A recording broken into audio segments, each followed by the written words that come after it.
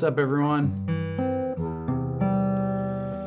We're going to talk about chord inversions on the guitar today. Well, it actually could be on anything, but I'm going to demonstrate them on the guitar.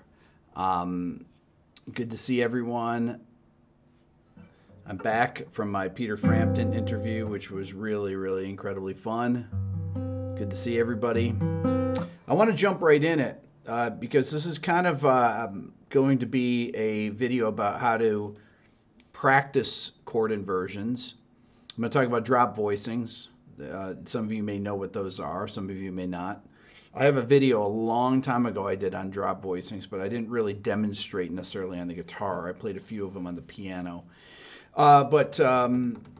These are, I'm going to give you some strategies for how to practice these things. And some of them, or all of them, can be found in the Beato book. I have a section on chord forms for the guitar, and I have them for every instrument. But I actually have the chord grids on there, which I can look at right here. Now the Beato book only comes in PDF form, but I'm going to talk about drop voicings out of that. Any of you that have it, I'm going to be starting on page 103. Actually, I'm going to start not even on that page. I'm going to start talking about triads to begin with. But I'm going to show you how to practice these things. Like how can you use them for songwriting? Use them in context of a tune. How do you practice them? How can you use them if you want to play jazz? Anything like that. Those of you that watched the Peter Frampton interview, you see how important it is. He talks about listening to jazz players, and that's kind of how he developed his style. That's one of the things. I mean, obviously he listened to blues players, but the reason he plays differently than everyone else is really the jazz influences. And fascinating to hear that. So let's talk about this. So the first thing I would do, I'm going to move the camera down a little bit so you can see the guitar. This is my Gibson here. This is my Gibson Country and Western here. So the first thing to do, I'm going to do straight triads to begin with. I'm going to start with a G major triad here. And the way that you should practice these, instead of you can practice them in what we call close position, where it would be 1, 3, 5, and then it would be 3, 5, 1. Then it would be 5, 1, 3. Okay, so we can do that. Thank you, Felipe. Appreciate that.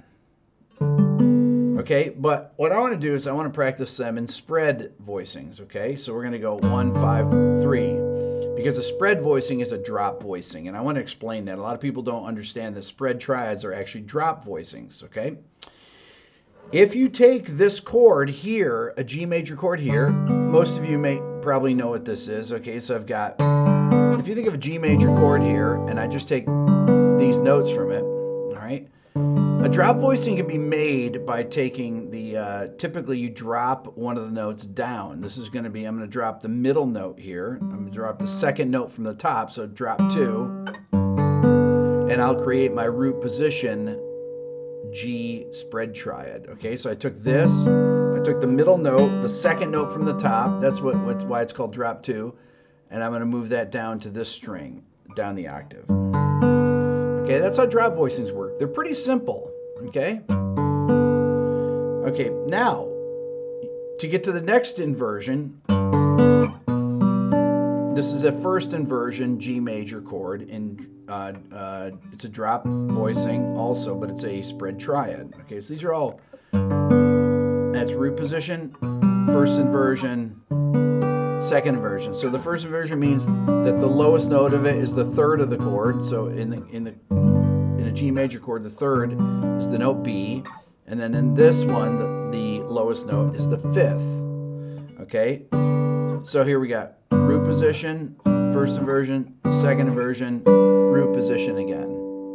Okay, then if you move up here, you get first inversion because I have the third here. This is the note B, and then I get up to second inversion, second inversion, first inversion, root position, second inversion, first inversion, root position. Now I played this chord as a in place of this, and And the reason I like to do this, I like to use them. This is how you practice them. You practice them like this. Okay, I'm going up one string, then I'm going to move across. So I'm going to go up the low string and then across.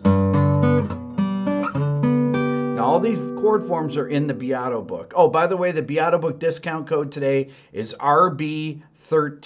So it's 20% off my book or anything in my shop. If you own my book, you know, I have coffee mugs with chord diagrams on them and triad diagrams, things like that. I have t-shirts. And I saw somebody mention that they had Beato Book 1. Just write to me at rickbeato1@gmail.com. Send me send me an email about it, and I'll send you Book 2. So okay, so here I went up the low E string, root, position, first inversion, second inversion, and then across.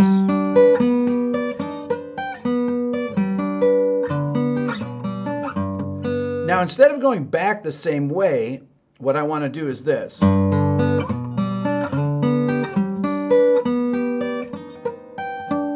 kind of hard to press the strings down here because my hand is up against the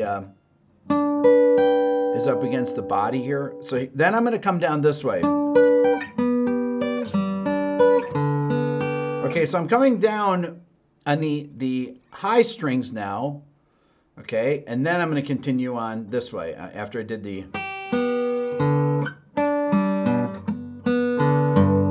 Okay, so you go up the low strings. And come down... and you come down the high strings. That way you know where all these inversions are all over the neck.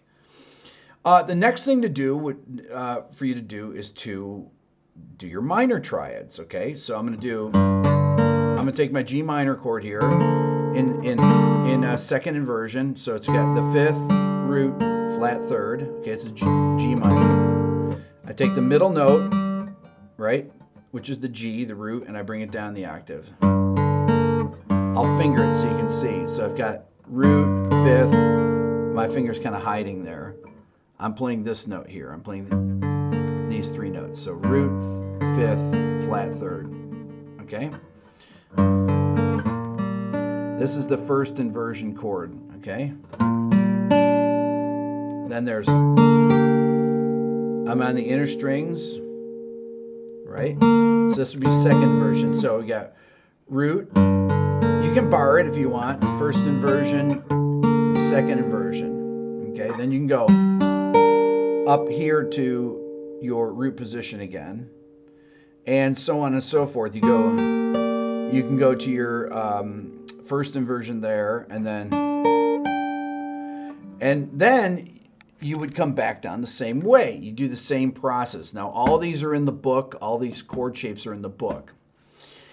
So I would do major, minor, diminished chords, and then I would do a variation on the sevenths. And what I mean by that is, you guys, some of you that have watched me do some of these videos where I play some of these, where I see these do these spread triad things, you'll see it. I'll do progressions like, you know.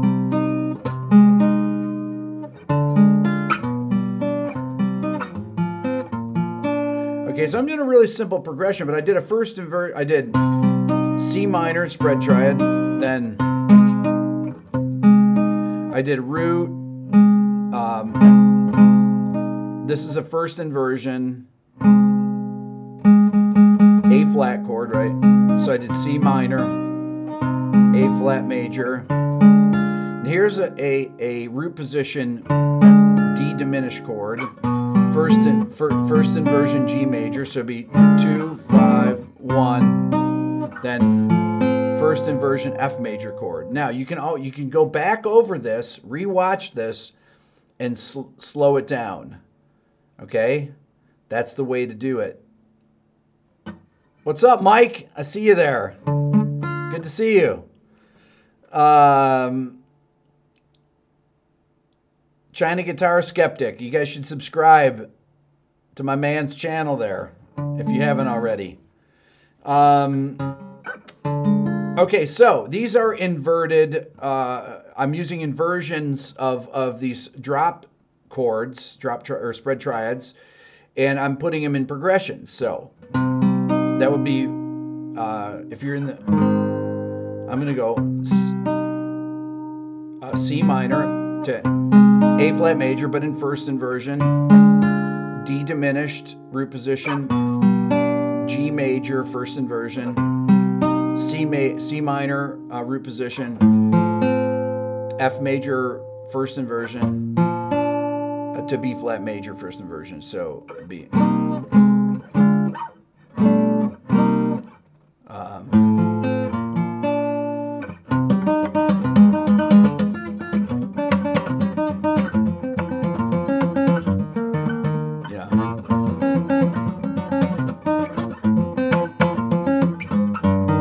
That's where you get those kind of lines like that Bach-ian kind of ideas like that. Okay, so those are spread triads. I'm practicing them within progressions. You start with 2-5-1s,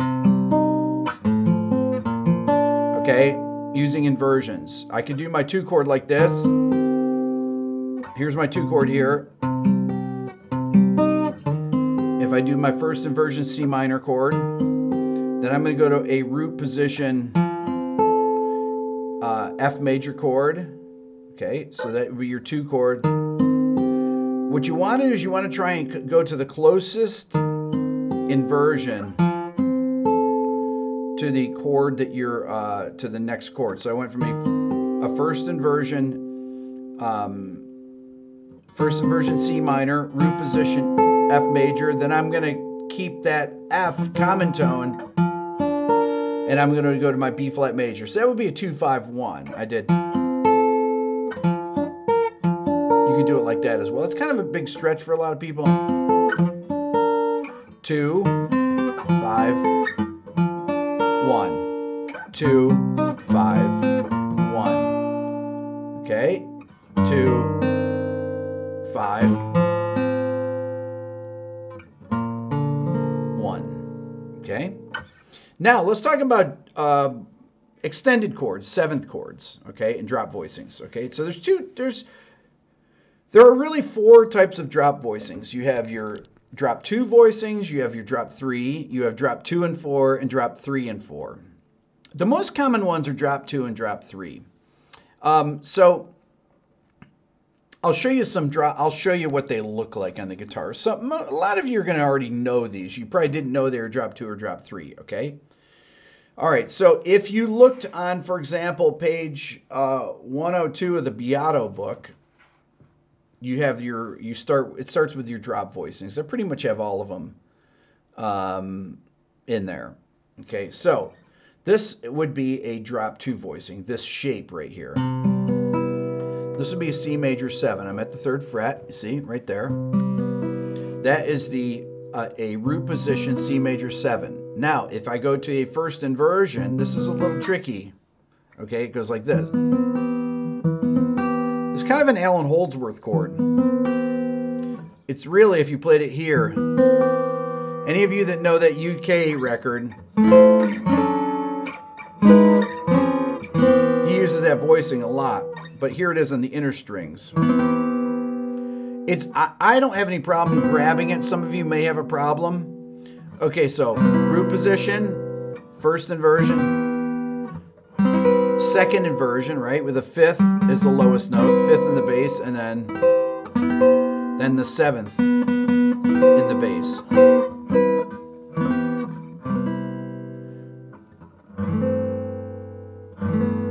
Okay, so those would be your inversions of a major 7th chord. Now, these can actually go all on one string. I'd have to do it in B flat, okay, because I don't have enough room here. But if I go like this, that's root position. First inversion's here. Okay, next inversion is going to be up here with the, I'm sorry. So this is your, with the 5th in the bass, it's your second inversion. So here's your first inversion, the second inversion, then your third inversion is there. That sounds like a Holdsworth chord too. Well, it is. It's that same chord like that. But that's doing them all in the inner strings. If you're on electric guitar, it is just as easy to do this. Somebody just said, please release this as a video so you can go back and watch this. This is a video. I'm doing that. This is the video right here. I'm just doing it live. Okay?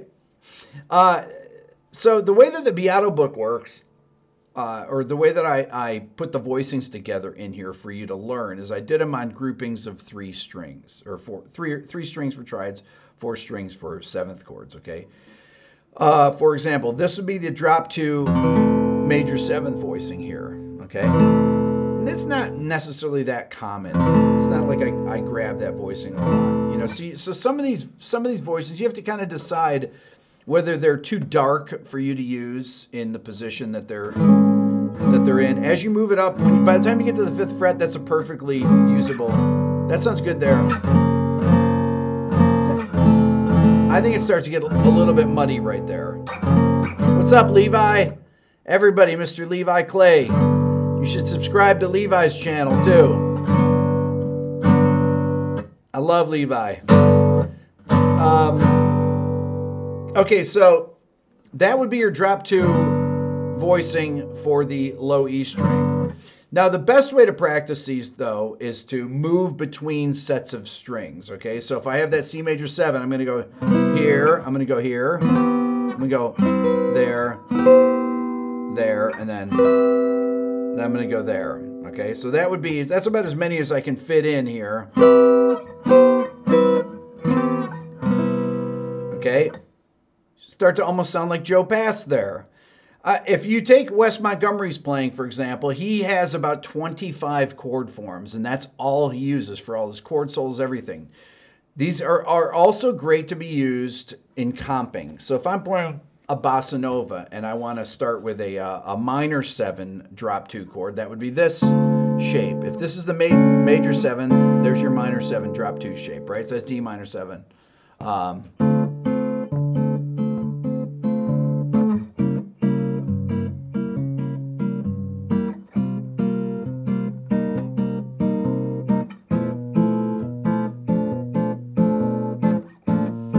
I'm using all drop 2 voicings there, okay? You can start getting into, you know, other alterations of it. If you want to start doing bass lines where you're doing the roots to the 5ths, like I could do this.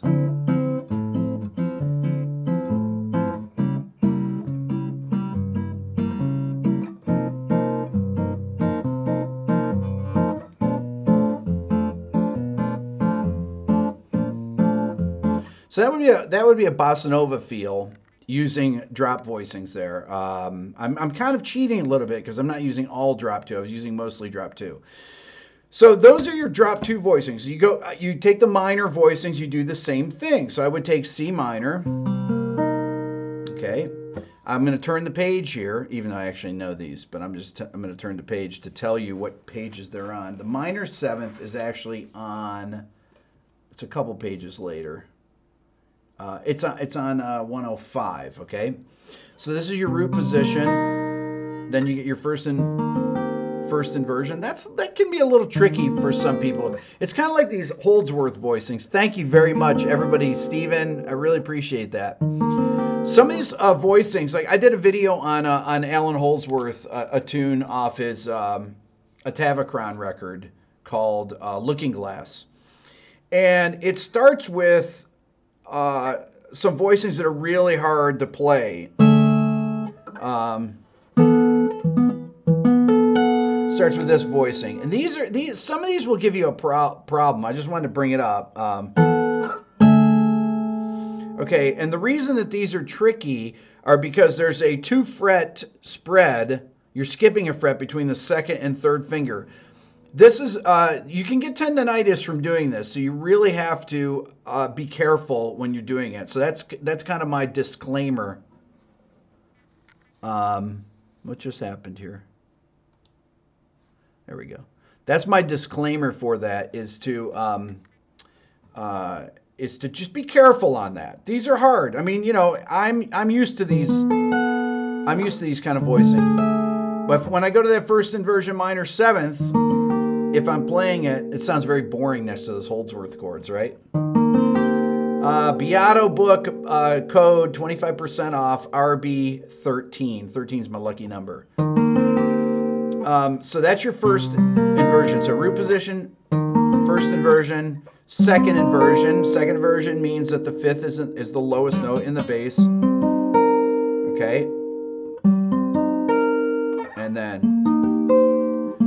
And this would be your third inversion with the flat 7 in the bass. Okay. Now you can do the same thing. I can go root position, first inversion, and then I can decide to jump over, because this voicing is the same as that voicing, and I can go. So I would go like this.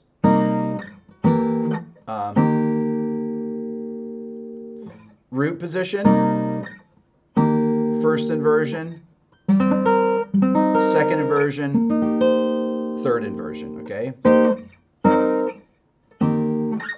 I hope you guys can see all that. Now,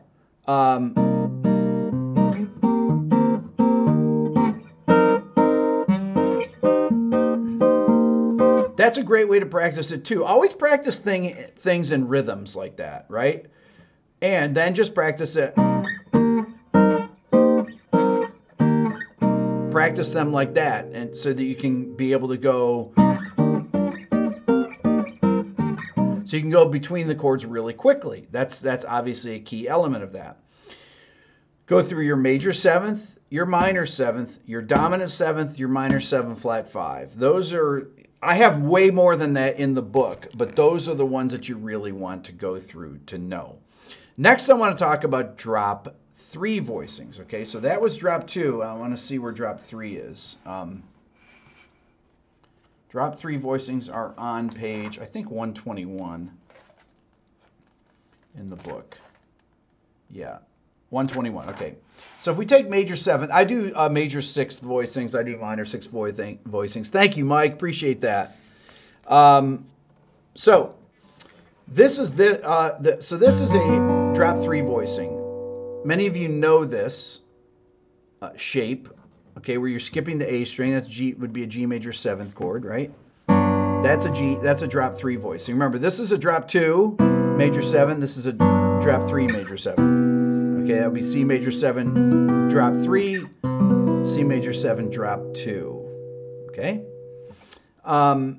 So this is your root position. This is your first inversion. Okay. Now some of these, if you know where that's a beautiful sound there. This is your second inversion.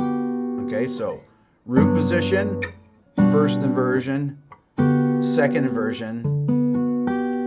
Then we go to the third inversion. So I've got the 7th in the bass, and you see the triad right there. I'm trying to see. So you've got G major triad. It's got the 7th in the bass there. Okay, does that make sense? Okay, so root position, first inversion, second inversion, and then I could go up here and do it like this. It's hard to do that though. That's why I played it here. Okay, you always have to take into account where you are on the guitar as far as the whether things are easier to move across to the adjacent strings and play the same drop voicing. But once again, if you were to take what you want to do is you want to take these and you want to put these in progressions, okay? So typically when you're playing a tune, if you're playing a jazz tune, for example, you will typically go between drop 2 and drop 3 voicings, or drop 3 and drop 2 voicings, okay? If I go something like this. Now I did a very simplistic version of E7. I don't know if I'd play that. I might. But I'm going from a drop 3 3 voicing to a drop 2 voicing, back to a drop 3 voicing. The reason you do this is because you're going to be jumping all around if you don't. These are just common. It's common to alternate these, okay, so that you're not moving. So that you're not moving around. Yes, I can teach. I saw this. Teresa said, "Can I teach this entire video on the piano?" I absolutely can, and I'll have to do it though with my overhead camera looking down on it, and I will teach the exact same video. Works exactly the same way too. Okay, these are and you should really know them on guitar and on piano, I think, or you should at least know them on one chording instrument. If you're a sax player, I'd say you should probably learn them on piano, you know, if you don't play a chording instrument. But that's where I would go, is I would take these voicings and I would learn where they are. You know, if you got this would be a root position, major 7th chord. If I make it a drop voicing, let's say I could drop the 2nd voice from the top. I can't play it from here. I'd need 2 hands to do it, but it'd be this. That would be a drop 2 voicing for a C major 7 chord, okay? Matthias, thank you so much. Okay, so practicing these, let's talk a little bit more about practicing these. So, what you want to do is you want to get away from playing roots all the time in your chord voicings. So I would say, if I'm playing something like this, let's say I got a 2-5-1 in G.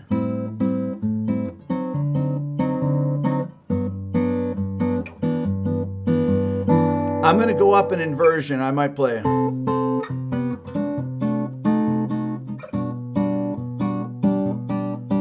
Now that's cool because that's not your typical voicing.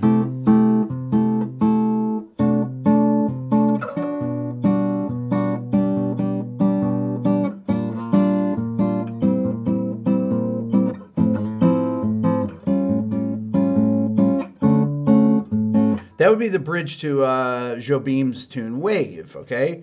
Instead of just going...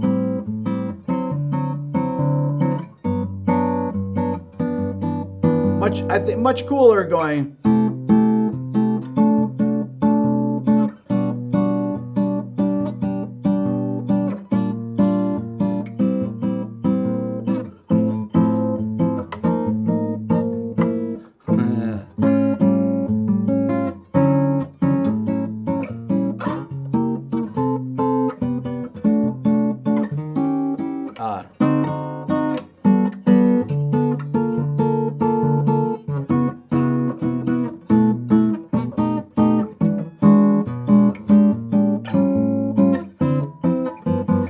So right there, I'm playing this tune Wave, and I'm doing all these different inversions, doing drop voicings, things like that.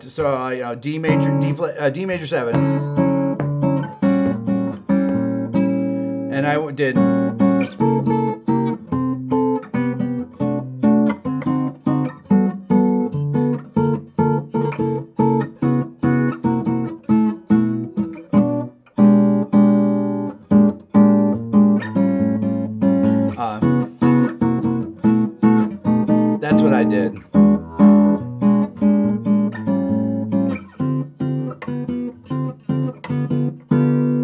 Okay, so this is what is really great about inversions. They make your songs more interesting. They make your accompaniments more interesting.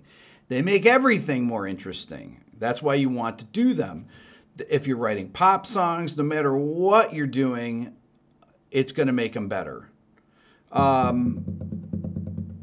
You know, when I was interviewing Peter, we unfortunately we didn't really get to this, and I want to interview him again because he uses a lot of inversions in his songs. He was talking about the tune "Something's Happening." Ooh,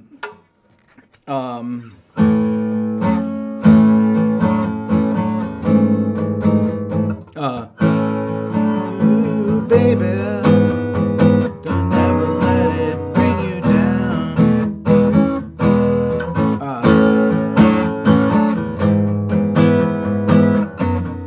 He uses a root position. Then he goes goes up to a first inversion or second inversion D chord. Then he goes to a first inversion E major chord, and then second inversion B major chord, and then back to A major, which is really, really cool, right? That's all inverted chords. Well, you got one root position chord in the tonic. He wrote that on piano. And one of the things is when you write on piano, you're going to get those inversions, okay? And that make your songs way more interesting.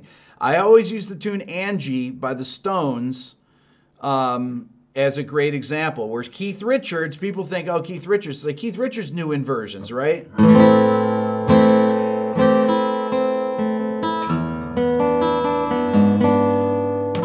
Right there. There's your first inversion E7 chord. Then he's using sus chords. He doesn't even play a G major on the resolution.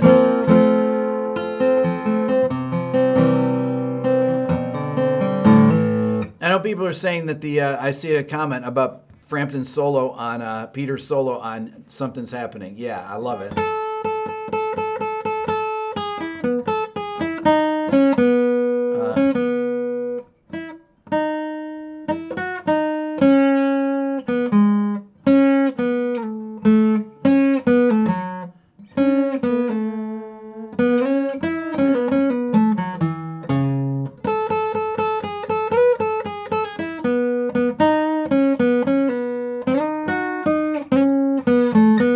That's one of the solos. I just had to think of it. They're amazing. They're played up the octave, but they're so good. And he's totally making all the changes on there. That's one of my favorite solos. But those inversions are going to make your songs way, way more interesting. What's up, SB? You know, if you take a song like The Church, I'm trying to think of the name of the song.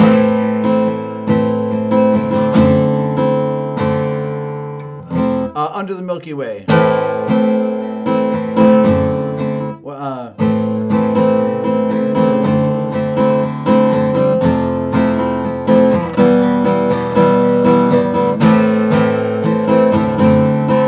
Right there, he uses that first inversion. That would be a first inversion D9 chord. Think of D9, first inversion. Same thing with, you know, right there is the first inversion on Baby I'm Gonna Leave You. First inversion, C7, C major chord.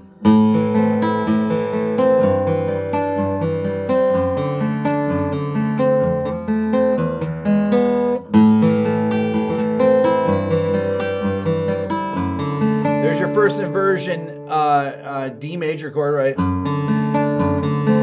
Then he goes to the first inversion, D7.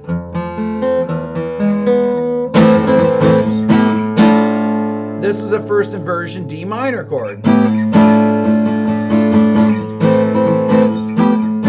Guys used to use inversions all the time. They didn't know what they were. They didn't necessarily think of that, but you know, Stairway to Heaven.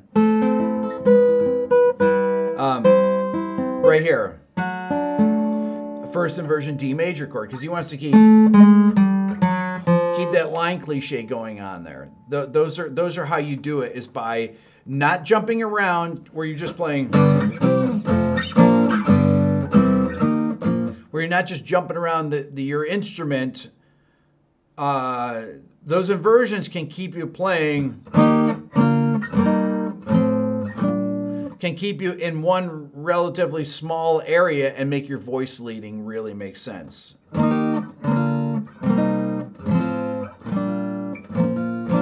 So I did E flat, B flat over D, C minor, F over A, back to B flat. So I'm staying in this area. If I did all root position chords, well, I couldn't.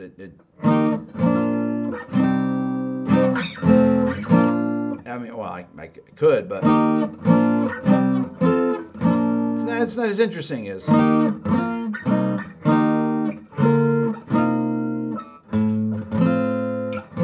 Not as interesting as that, I think. All right, so that's a little lesson in chord inversions. Okay, I don't talk enough about that. I want to do a lesson, a video on finger picking patterns, which I'm going to do one. I'm not going to do it now, but, you know, probably like the 3 or 4 finger picking patterns that you need to know.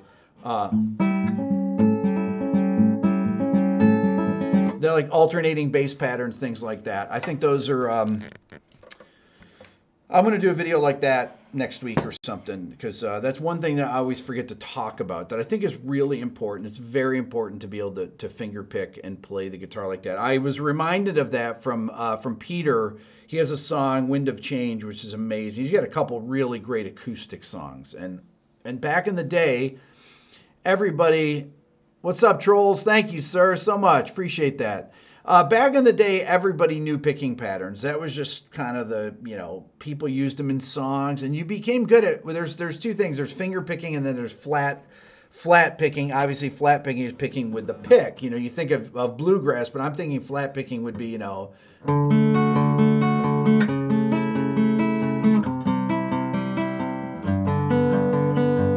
that would be what I would call flat picking, or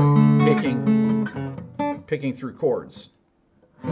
So, anyways, Beato book, RB13, or anything in my store, you can join the Beato Club. If you own the Beato book and you want to support the channel, one of the reasons that I've been able to take these trips is because people from the Beato Club that have been donating to my channel, that's allowed me to make the difference up between all my unmonetized videos, all the What Makes This Song Great videos that really don't pay anything, which is fine. I mean, I do them because they're important to that's an important part of learning songwriting, production, arranging, things like that. But that's why I've been able to go and meet with Peter and go to the NAMM show and go to the AES and all that, or go to GitCon, I mean. And I'm going to be going to the NAMM show. Thank you, Doug. Really appreciate that. That's fantastic.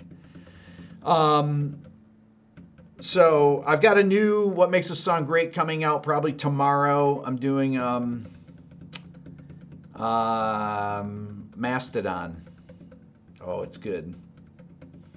So we're going to change it up a little bit. Get a little rock out a little bit.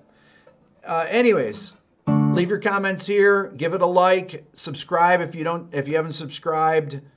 Beato book, PDF version. Yes, you can get